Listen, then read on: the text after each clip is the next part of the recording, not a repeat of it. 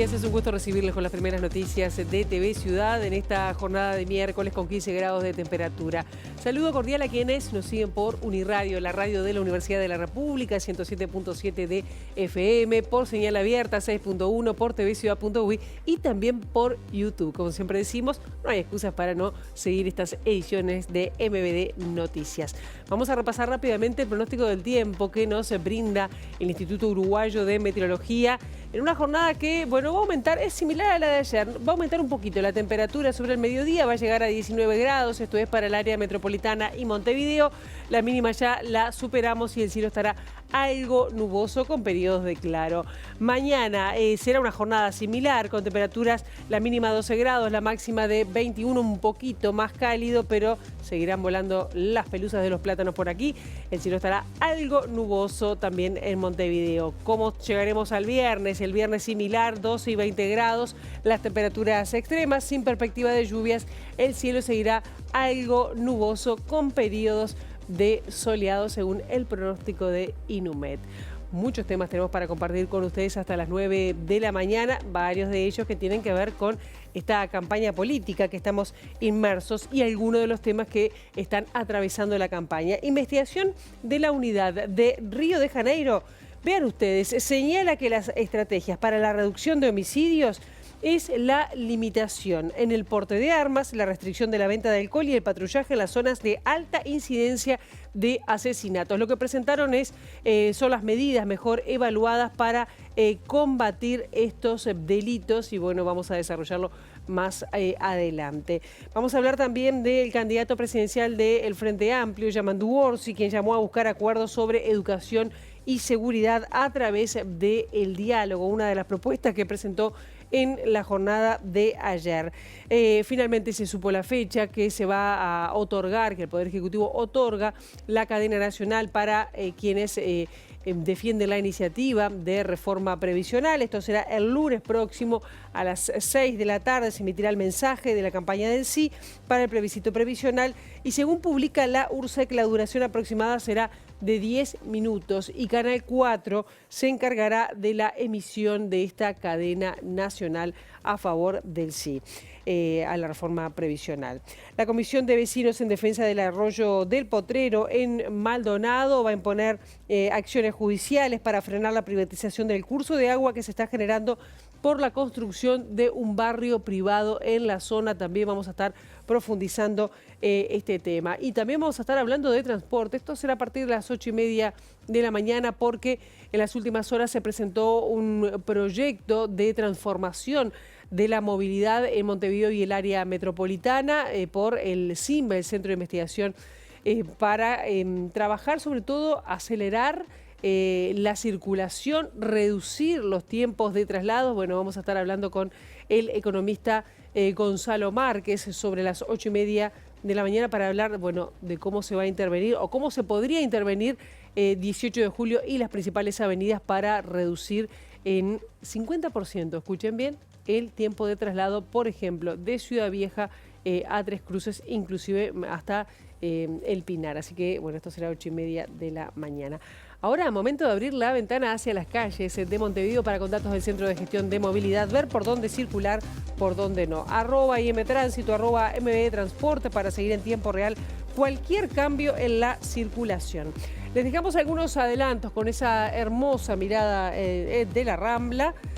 Porque bueno, hoy va a estar cortado Benigno Paiva, ya está cortado Benigno Paiva entre Saldaña da Gama y Miguel Grau, tareas de llenado de hormigón que se van a extender hasta las 6:30 de la tarde.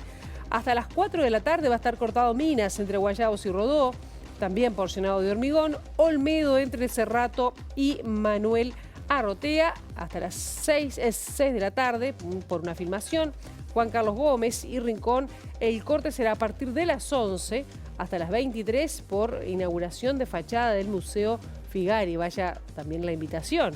Y Cerrito entre Ituzaingó y 33, el corte será hasta las 4 de la tarde por trabajos de saneamiento.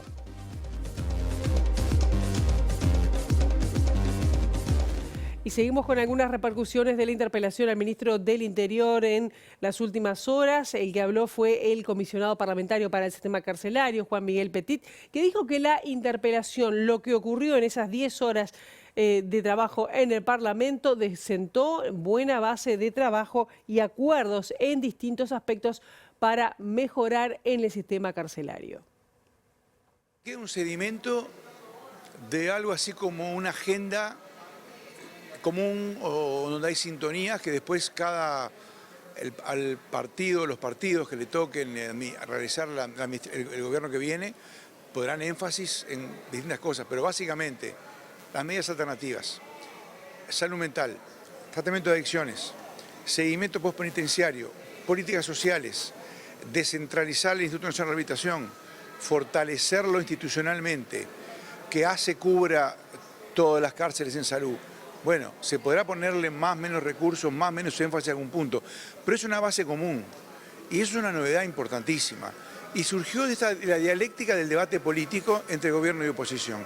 Yo creo que las dos partes pusieron lo suyo para que se llegara a una sintonía, discreparon, discutieron. ¿Quién no discute? Uno se pone a conversar con los amigos de cualquier tema y también discute acaloradamente.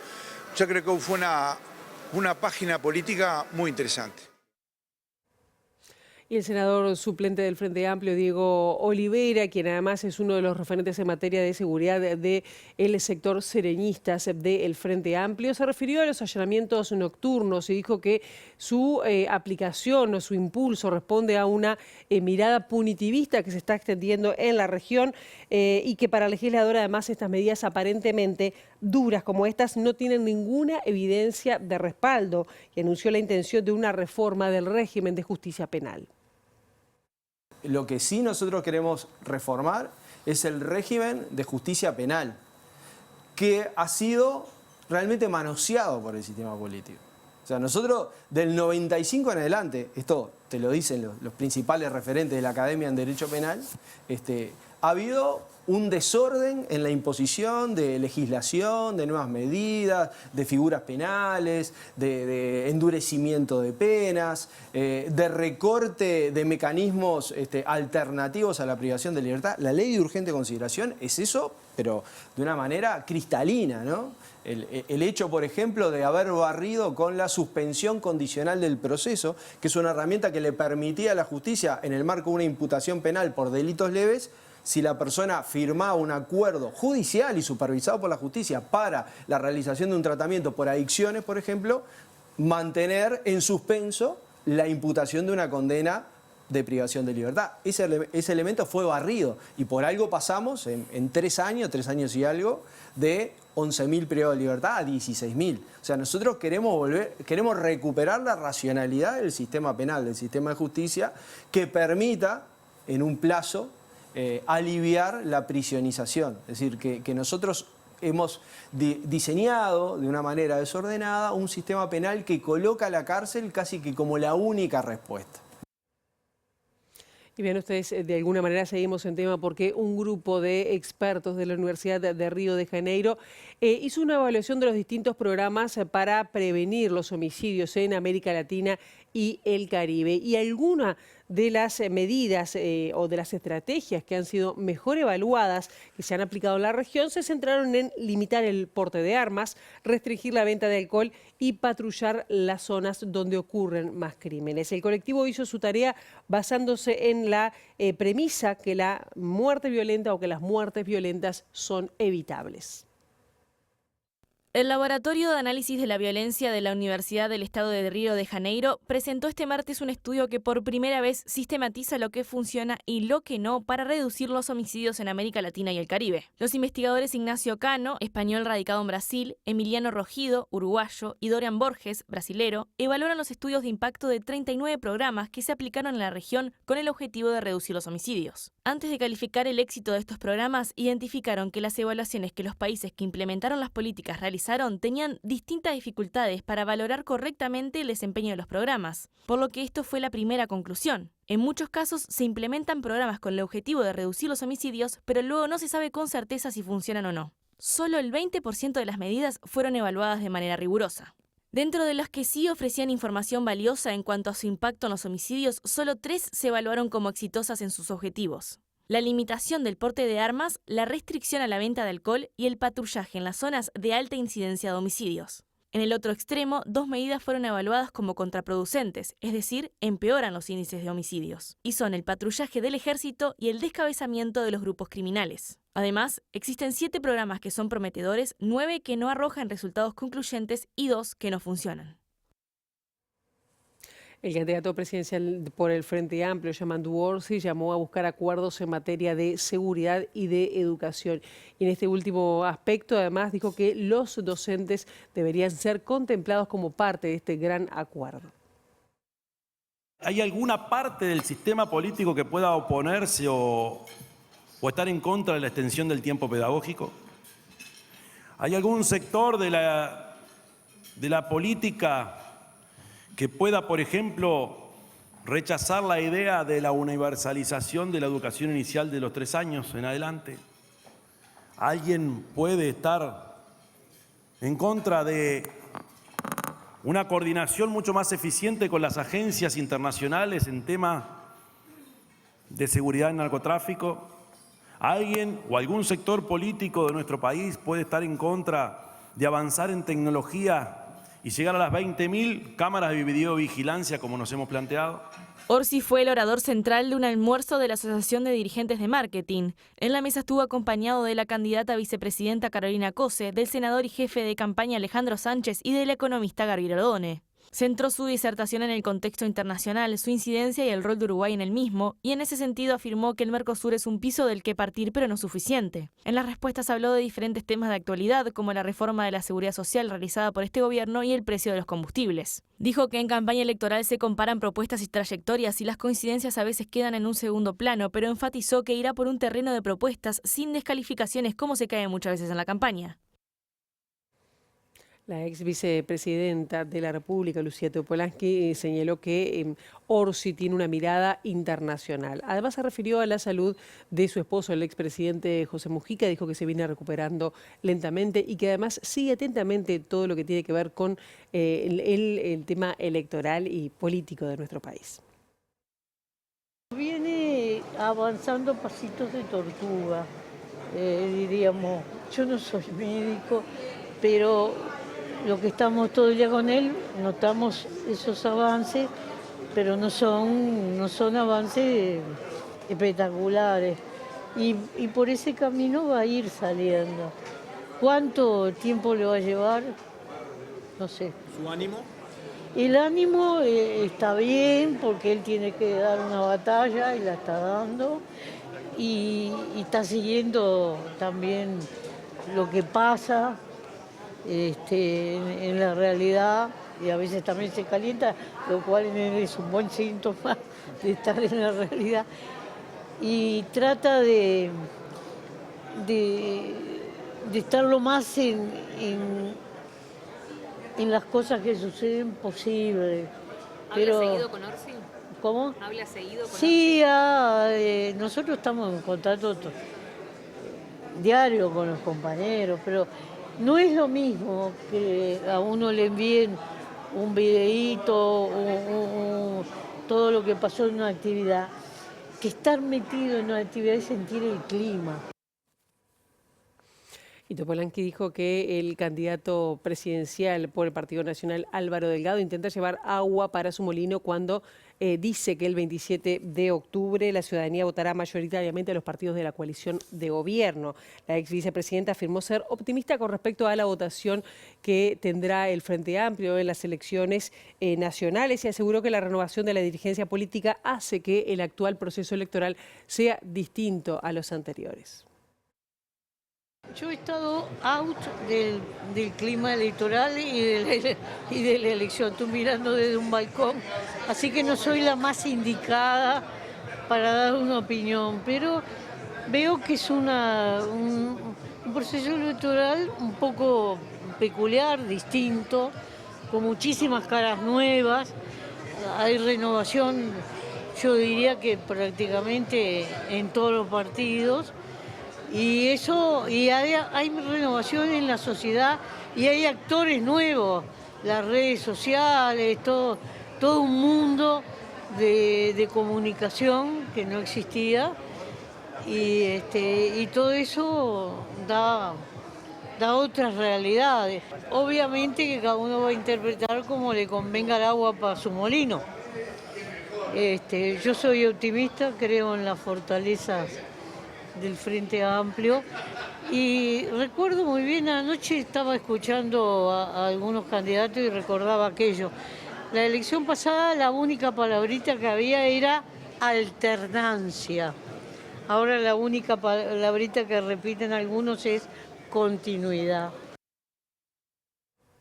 En el marco de la presentación del libro Memorias de una Pasión, respecto a la vinculación al arte del expresidente de la República, Julio María Sanguinetti, se refirió a la presente campaña electoral y a las posibilidades del Partido Colorado y sobre todo de la candidatura de Andrés Ojeda. ¿Yo? ¿De Capricornio? Apareció en la publicidad de Ojeda, de Capricornio. Sí, señor, soy de... ¿Lo convencieron? Soy de Capricornio. ¿Lo convencieron a participar de la actividad? ¿Cómo fue? No me convencieron, me dijeron, ¿te parece? Entonces, sí, encantado, ya está. Bueno, ¿cómo ve esta recta final? ¿Ojeda tiene chance de llegar a un balotaje? ¿Cómo la está analizando? Bueno, yo diría que sí, pero lo importante para mí es el triunfo de la coalición. Y eso es lo que estamos vislumbrando y queriendo. ¿Entiende que hay un crecimiento importante en el Partido Colorado en comparación a los últimos? A partir de la interna, todos han sido buenas noticias para el Partido Colorado. Y hoy no hay duda, hoy estamos presentes y en una posición de decisión. Usted como experiente, ¿qué cree que tiene Ojeda a la hora de captar justamente simpatías? Algunas encuestas los marcan muy cercanos a Delgado. Mira, Ojeda es un abogado muy capaz, muy inteligente, muy conocedor de la realidad, fue abogado del sindicato policial años, por decir algo. Por eso les estoy hablando de que, bueno, estamos de alguien que tiene una gran lucidez, una capacidad muy grande, una gran flexibilidad intelectual y la estamos mostrando. El espacio 609 del Frente Amplio realizó un conversatorio sobre salud mental en el que se planteó la posibilidad de hacer un plan de emergencia de salud. En ese conversatorio, el neurólogo y asesor en la materia, el Federico Preve, uno de los exponentes, cuestionó las propuestas del Partido Colorado en salud mental porque entiende que no está claro cómo va a dialogar con los distintos actores del sistema sanitario. El Frente, digamos, hace énfasis en un abordaje a través de un plan de emergencia en salud mental y básicamente dentro de esto hay algunas propuestas concretas de equipos de cercanía y equipos en la comunidad para, básicamente, por ejemplo, en lo que tiene que ver con los intentos de eliminación y demás, que no haya respuestas esporádicas y que sí haya una continencia de todo el sistema de salud para atender a aquellas personas que, por ejemplo, tienen intentos de eliminación.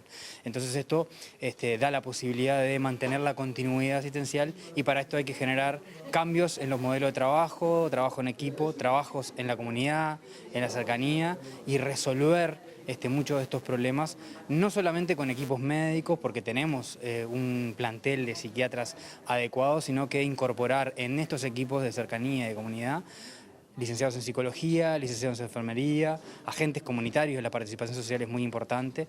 Lo que presenta Partido Colorado en realidad no se sabe cómo está insertado, cómo dialoga con el Sistema Nacional Integrado de Salud, con el ámbito público, con el ámbito privado, cómo se va a insertar eso.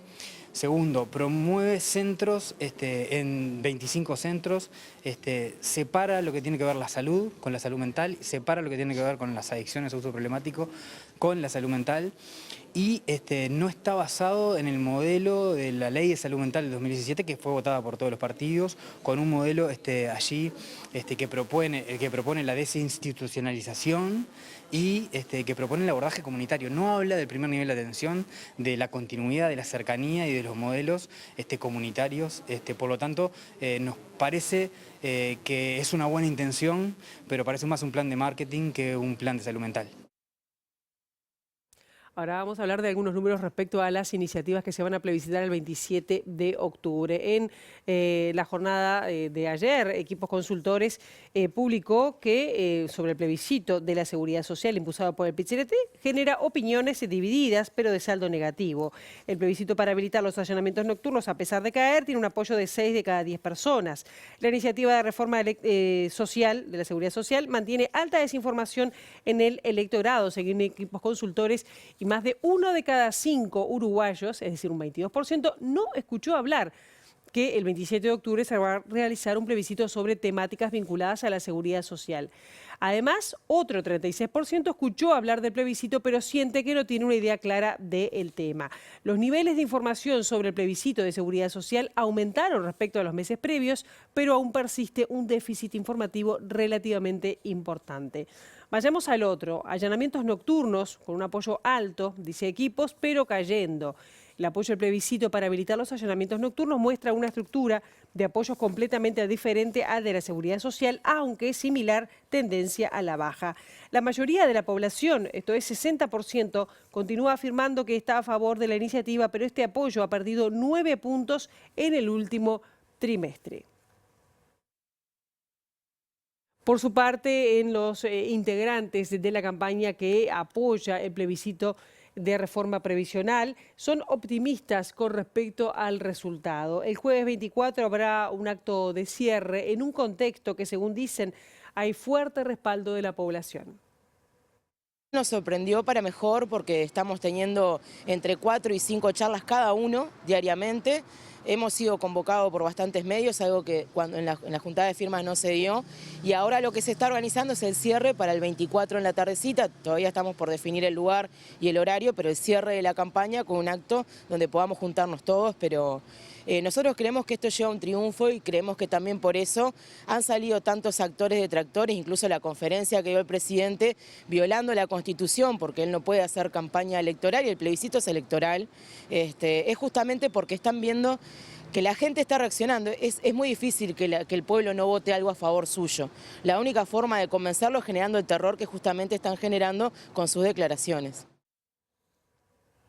El diputado y candidato a presidente por el Partido Constitucional Ambientalista, Eduardo Luz, considera que las iniciativas de reforma de la seguridad social y la de deudas, es decir, de reestructuración de deudas, son inconstitucionales. ¿Y esto por qué? Porque el abogado constitucionalista sostiene que ambas iniciativas son retroactivas, mientras que la herramienta del plebiscito es para reformar la Constitución hacia el futuro. El tema acá, la gravedad, no es la fecha, sino la retroactividad de Cabildo al año 2002.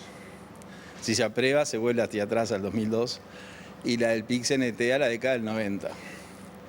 Entonces, la Constitución uruguaya es casi perfecta.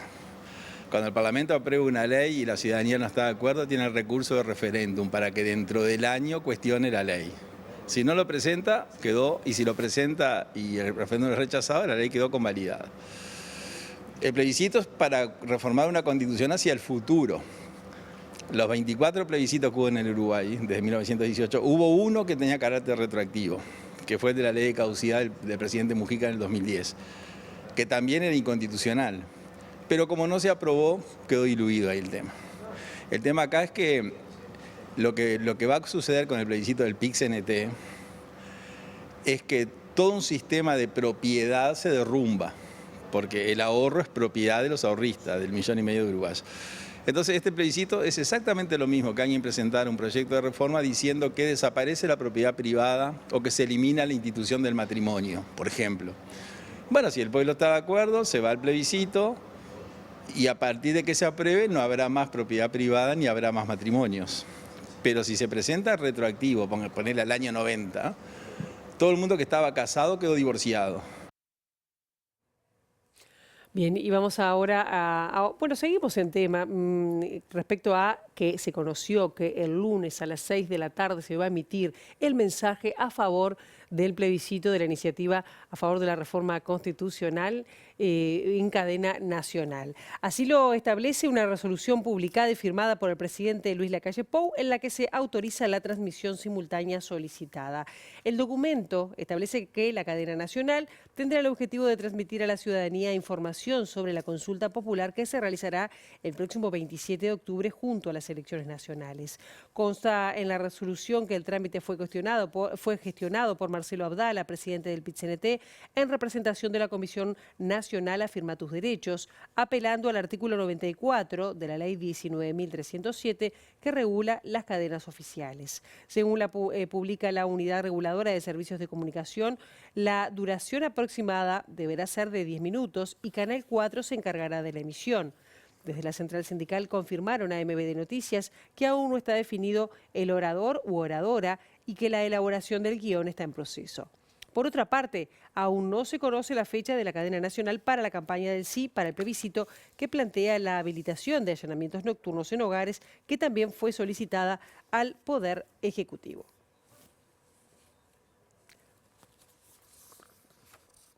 Bien, ahora vamos a otros temas, que voy a ver si encuentro la hoja que me tenían que dar. El que se refirió al tema de la seguridad social fue el presidente de la República, Luis Lacalle Pou, quien participó de la inauguración, además, de una planta industrial en la que se van a reciclar botellas de plástico usadas para transformarlas en envases nuevos. En ese momento, el presidente habló del ambiente como una oportunidad de inversión y desarrollo del país y en medio del discurso aprovechó para reafirmar su postura contraria al plebiscito por la seguridad social, al que catalogó de desastre. Hoy me parece que se está alineando algo que para quienes tenemos una visión optimista de la humanidad se tenía que dar. Y cuando la economía que permea por lo general todos los estratos de gobierno, privados, realmente hace esa apuesta como la está haciendo a nivel de Estado, va a generar que recibamos financiación más barata. Me veo tentado a hablar del plebiscito, pero no lo voy a hacer porque no hay ambiente que pueda arreglar ese desastre. Cierro paréntesis. Que los gobiernos puedan obtener créditos mejores, darse vuelta y que puedan financiar emprendimientos en este sentido. Entonces, los que en aquel momento pensaron Uruguay natural, básicamente porque estaba en nuestro ADN, porque están en nuestras fortalezas intrínsecas como país, después, por suerte, viene gente, algunos del gobierno, pero hablemos bien de los privados, que tiene una concepción del cuidado, que tiene una concepción económica y que junta lo que es el beneficio económico, que es lo que es el lucro y también el cuidado del planeta. La Fiscalía archivó una denuncia presentada por el Ministerio de Educación y Cultura contra el decano de la Facultad de Humanidades y Ciencias de la Educación, Pablo Martínez, por la participación o irregularidades en los premios a las letras. La acusación se centraba en que el decano presentó un libro que fue premiado y a su vez firmó una resolución en la que proponía la designación de integrantes de los tribunales del concurso. La denuncia fue presentada a fines del año pasado por el Ministerio de Educación y Cultura, acusando a Martínez de irregularidades en los premios a las letras por presentar el libro Se acabó el recreo y al mismo tiempo firmar una resolución de la Facultad de Humanidades y Ciencias de la Educación en la que se proponía la designación de integrantes de los tribunales del concurso. El proyecto de Martínez ganó el premio en la categoría Ensayos de Ciencias de la Educación. Sin embargo, el Ministerio entendió que había irregularidades porque el decano de la facultad afirmó no tener inhibiciones en su declaración jurada.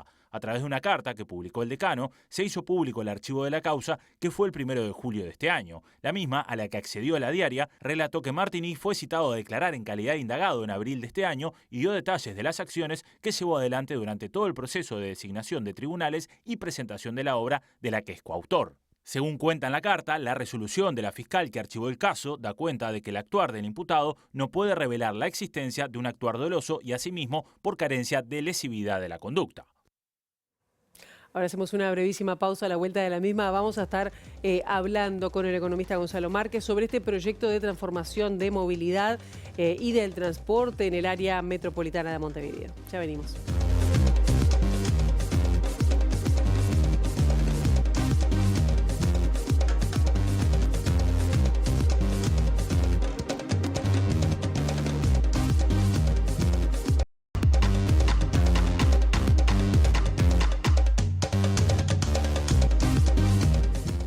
16 grados en estos momentos en Montevideo y en este segundo bloque de MBD Noticias vamos a estar hablando de una propuesta, un proyecto del Centro de Investigaciones Económicas CIMBE sobre una transformación muy importante del transporte en Montevideo y el área metropolitana. Para hablar de este tema estamos recibiendo con muchísimo gusto a el economista Gonzalo Márquez, que bueno, tiene credenciales a nivel de estudio porque bueno, has estudiado mucho en este tema y además, bueno, estuviste en la Intendencia acá de Montevideo también en tema de movilidad. Un gusto tenerte aquí esta mañana.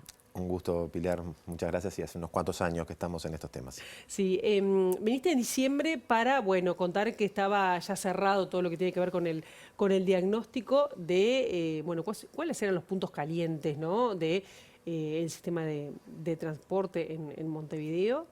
Y ahora vienen con propuestas.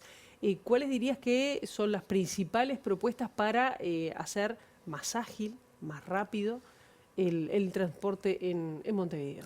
Sí, nosotros nos planteamos un escenario en principio de 2 años cuando empezamos con el trabajo del grupo que se creó en CIMBE y teníamos el objetivo de poder llegar a estos momentos en donde como sociedad estamos discutiendo sobre cuáles son las prioridades, los temas prioritarios que tiene sentido o que estamos discutiendo impulsar en un próximo periodo de gobierno y para eso trabajamos durante todo el año 2023 en un diagnóstico muy sólido que fue presentado a todos los actores y autoridades del transporte público hacia finales del año pasado.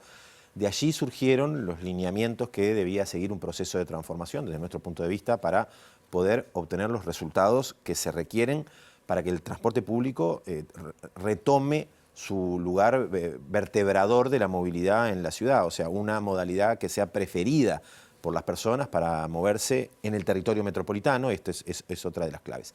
¿Qué es lo que surgía entonces como punto los puntos más relevantes del diagnóstico?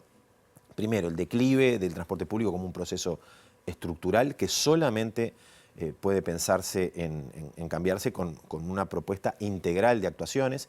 Seguramente vamos a estar hablando de proyectos, pero los proyectos son solo una expresión final de una visión que es integral, que tiene que tener componentes institucionales, regulatorios y que los proyectos son la expresión de todo eso. Pero si hablamos solamente de proyectos sin tener en cuenta, por ejemplo, que en la base necesitamos tener una entidad única de transporte público que gestione, no vamos a poder tener éxito para que los proyectos transformen la realidad, que de eso se trata. Yo te quería preguntar sobre la gobernanza, pero primero quería ilustrar cuáles serían las grandes líneas, porque a mí hay algunos de los proyectos, algunos de las propuestas que me llamaron la atención, como la creación de un metro en 18 de julio. Hablemos de eso, decime las 3 o 4 principales, porque después la gobernanza sí me interesaba preguntarte. Es clave, pero yendo a la propuesta en concreto, implica la creación de 2 líneas de alta frecuencia, 2 líneas que una de ellas, de unos 20 kilómetros, uniría la parte central de la ciudad con Zona América como una centralidad, y luego la otra, confluyendo ambas en 18 de julio, ese tronco común hacia la zona del este y yendo hasta el Pinar, una línea de unos 30 kilómetros. Una de ellas ingresaría a su vez en Ciudad Vieja, nosotros les hemos puesto colores para identificar la línea roja, la de 8 de octubre, la línea amarilla, la de Avenida Italia, la línea roja, la de 8 de octubre, ingresaría también en Ciudad Vieja. Estamos estimando reducciones en los tiempos de viaje de entre 25 a 30 minutos, de acuerdo a la línea, de punta a punta. Y esto se logra... Punta, es decir, de Ciudad Vieja a... Desde Plaza Independencia lo estamos midiendo, de Plaza Independencia hasta Zona América o hasta el Pinar. 30 minutos. Sí, entre 25 y 30 minutos, de acuerdo a la línea, es muy relevante. Sí. Hoy los tiempos de viaje son de 70 y 80 minutos, más o menos respectivamente, en un caso y en el otro, pero además son muy variables. ¿Por qué? Porque pueden ocurrir N cosas en el recorrido que hagan que el tiempo promedio es 70, pero quizás tu experiencia en tu viaje es de 78. ¿Por qué? Porque están todos los elementos fuera de control. Y son transporte público. Transporte público, tiempo de transporte público. Siempre transporte público. Entonces, el foco de toda la propuesta es cómo mejorar los tiempos de viaje. Ese es el principal beneficio que tiene una intervención en transporte público. Nosotros tenemos estimados en 18 millones de horas las horas que se podrían ahorrar las personas que hoy viajan en esas líneas de transporte público, no en todo el sistema. En esas líneas, o sea, si lleváramos adelante la intervención como nosotros la estamos planteando, el resultado sería un ahorro de unas 18 millones de horas por año de las personas. Para poder lograr esos ahorros, que son los reales beneficios de cualquier proyecto de transporte público, el foco tiene que ser los tiempos de viaje, porque es eso lo que va a hacer que las personas escojan transporte público para movilizarse. Se necesitan una serie de medidas que prioricen y que permitan mejorar la velocidad del transporte público. Tú detenías la más importante, es la intervención que estamos planteando en 18 de julio, que directamente consiste en soterrar para el transporte público en un esquema a lo metro, para que la gente entienda simplemente que va en esos 2 kilómetros que van entre el Banco Hipotecario y la Plaza Independencia, que es el sector más conflictivo de 18 de julio, donde las velocidades son las más bajas y los tiempos de viaje son los más altos. Ahí se generaría la mayor intervención, que es soterrar el transporte público. Claro, estamos hablando de una inversión, ustedes lo presentaron ayer, de 530 millones de dólares, un estimado. ¿Quién lo pagaría? Bien, nosotros presentamos a su vez un esquema de repago que tiene 3 patas, que cumplen diferentes roles en el repago. Pero para entender los 3 componentes. Un componente del repago surgiría de otra de las medidas que estamos proponiendo, que es la electrificación del 100% del transporte a escala metropolitana. Estamos hablando de unos 2.000 ómnibus más o menos son los que circulan en el área metropolitana, 1.500 en Montevideo, 500 en el resto del área metropolitana. El proceso de electrificación ya comenzó hace unos años. Se generaron ya entre el año pasado y cambios normativos en lo que era el funcionamiento del subsidio al gasoil. ¿Para qué? Para generar un esquema de subsidio a las unidades eléctricas cuyos montos son menores a lo que hoy se subsidia de unidades al gasoil. Eso quiere decir que cada unidad que se electrifica, y ojo, esto no tiene nada que ver con los proyectos de las líneas, pero cada unidad que se electrifica genera un ahorro en el subsidio que hoy se paga el gasoil de algo así como el 25-30%. Esos fondos que se van a ir ahorrando en la medida que se electrifique la flota, y nosotros estamos planteando que eso ocurra en 10 años, acelerarlo, eso genera fondos que se están ahorrando. Bueno, ese ahorro de fondos proponemos que sea uno de los componentes del repago de estas intervenciones. Ese es el componente 1. Hay un segundo componente, que es el producto de las intervenciones que estamos planteando en los ejes principales, pero también en el resto de la red, que esto es muy relevante. Nosotros estamos proyectando un incremento de usuarios de 6-7%. En un plazo de 5 o 6 años. O sea, no es de la noche a la mañana que ocurre esto, porque las personas tienen hábitos. ¿Estamos hablando de cuántas personas? Y hoy estamos hablando en total en el área metropolitana unos 250 millones de boletos que se venden, o sea que estaríamos hablando de 6-7%, son 15-16 millones de boletos adicionales al año que se podrían obtener producto de estas transformaciones. Eso es un segundo componente, porque eso mejora los ingresos del sistema. Y luego aparece pero de vuelta, esto no ocurre ni la electrificación ni esto otro ocurren de la noche a la mañana. Son procesos que van ocurriendo. La electrificación en 10 años. La captación de nuevos usuarios lo estamos proyectando en 5 o 6 años. Y luego hay un tercer componente que va declinando en el tiempo, que son aportes del gobierno nacional. ¿Esto implicará un aumento del precio del boleto que ya es bastante oneroso o no se plantea? No tiene nada que ver. No, digo si se plantea o no. No, justamente, nosotros planteamos específicamente que esos recursos incrementales no deben en ningún caso de provenir de incrementos en el precio del boleto. El precio del boleto es una de las variables del sistema. Es sobre todo una preocupación para un conjunto de personas que tienen dificultades del acceso al transporte público por el precio, a la cual seguramente hay que generar políticas focalizadas, pero las principales preocupaciones de las personas están puestas en el tiempo de viaje, en la frecuencia, en la previsibilidad. Esos son los principales atributos que hay que dotar al sistema. Dicho esto, tampoco es que esto se resuelva incrementando el precio del boleto, claro. No es por ese lado. ¿Cómo se llevaría adelante o cómo se propone? Porque a veces, desde hace muchos años, han habido distintos tipos de iniciativas de mejorar los recorridos, las líneas y tal. Ha habido propuestas de intervenir en 18 de julio que han fracasado en gran medida, en parte. ¿Cómo va a dialogar y contemplar la opinión de los distintos actores este proyecto en caso de llevarse adelante, ¿no? Porque es un tema que puede preocupar o que puede trancar todo. Bueno, nos ha ocupado justamente durante todo el año pasado y este año. Nosotros, cuando comenzamos nuestro trabajo hace 2 años, convocamos a todas las empresas de transporte, a todos los usuarios y a todas las entidades que hoy tienen potestades en el tema, los ministerios de transporte, las intendencias departamentales, para decirles, estamos trabajando en esto, nos interesa trabajar con todos los actores porque no se construyen. Nadie sale de atrás de un árbol a decir, soy un iluminado y tengo esta idea maravillosa que hay que llevar adelante. Las soluciones se construyen. Entonces, por ejemplo, nosotros todas estas ideas que presentamos hoy las hemos presentado innumerables veces durante los meses anteriores a todos los actores del transporte y también a todos los partidos políticos. ¿Y qué recepción han tenido? Buena. ¿En buena. todos?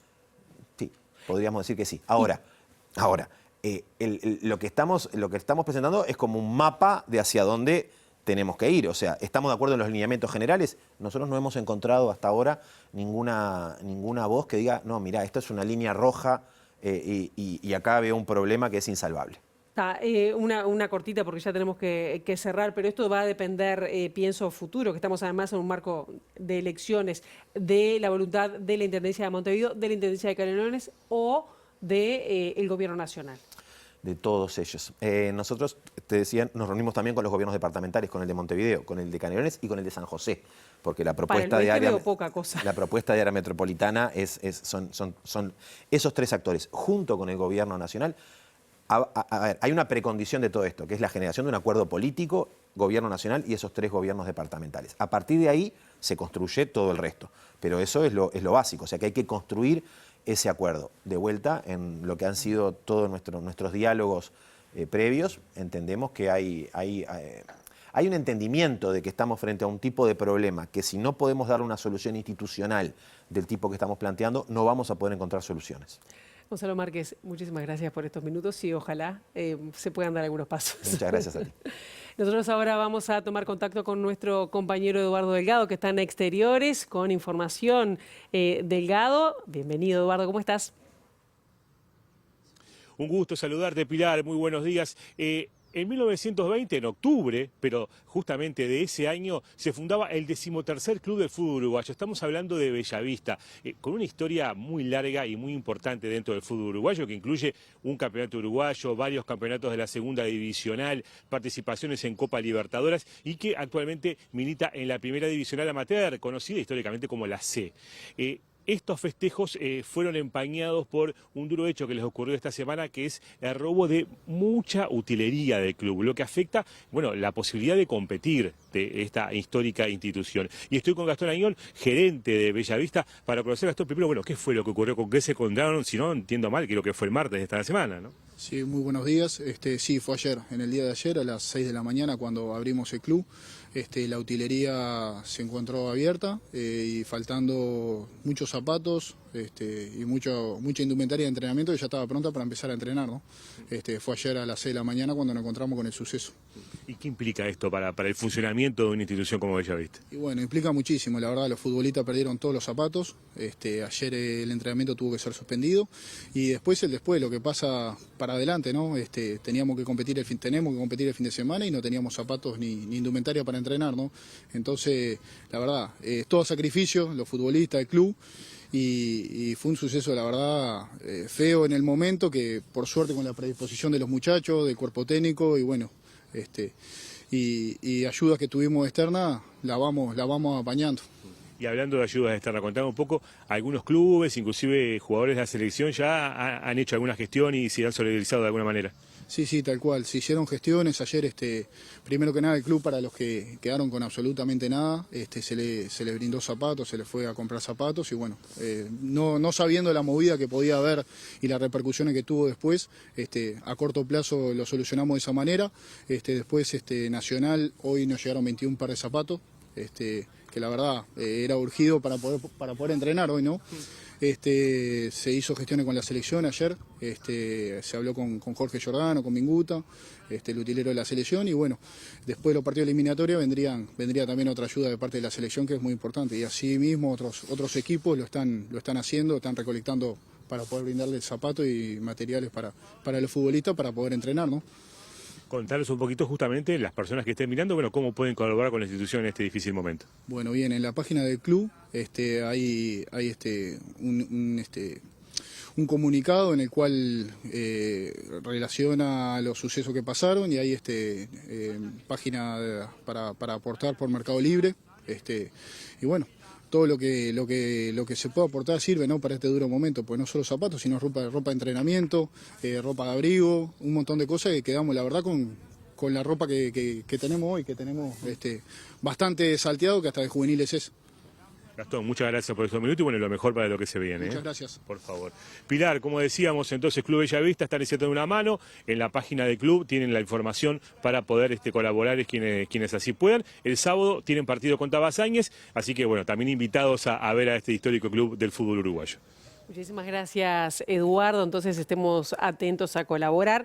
Y nosotros ahora vamos con otra información porque la empresa internacional Amazon fue autorizada a vender internet satelital en forma directa, como antes lo había sido también la multinacional Starlink del multimillonario Elon Musk. El director del Frente Amplio en la URSEC, Pablo Siris, votó en contra de esta resolución porque entiende que aún está vigente el monopolio de Antel y que además la resolución perjudica al ente de las telecomunicaciones.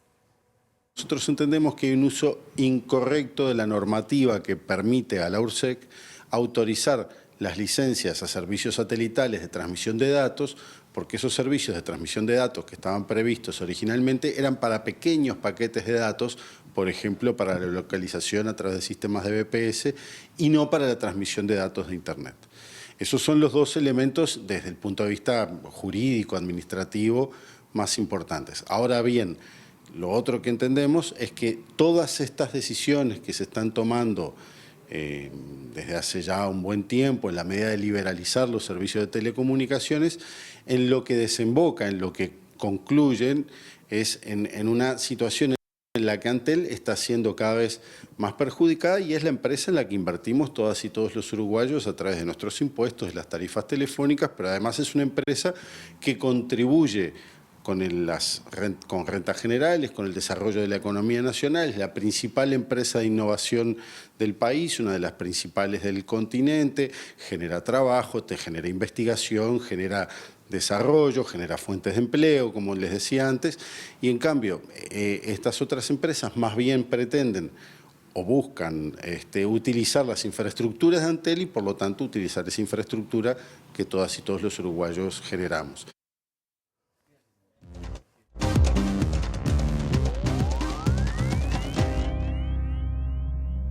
El presidente de Colombia, Gustavo Petro, denunció este martes un intento de golpe de Estado que la decisión del Consejo Nacional Electoral de abrir una investigación y formular cargos a su campaña 2022 rompe su fuero presidencial.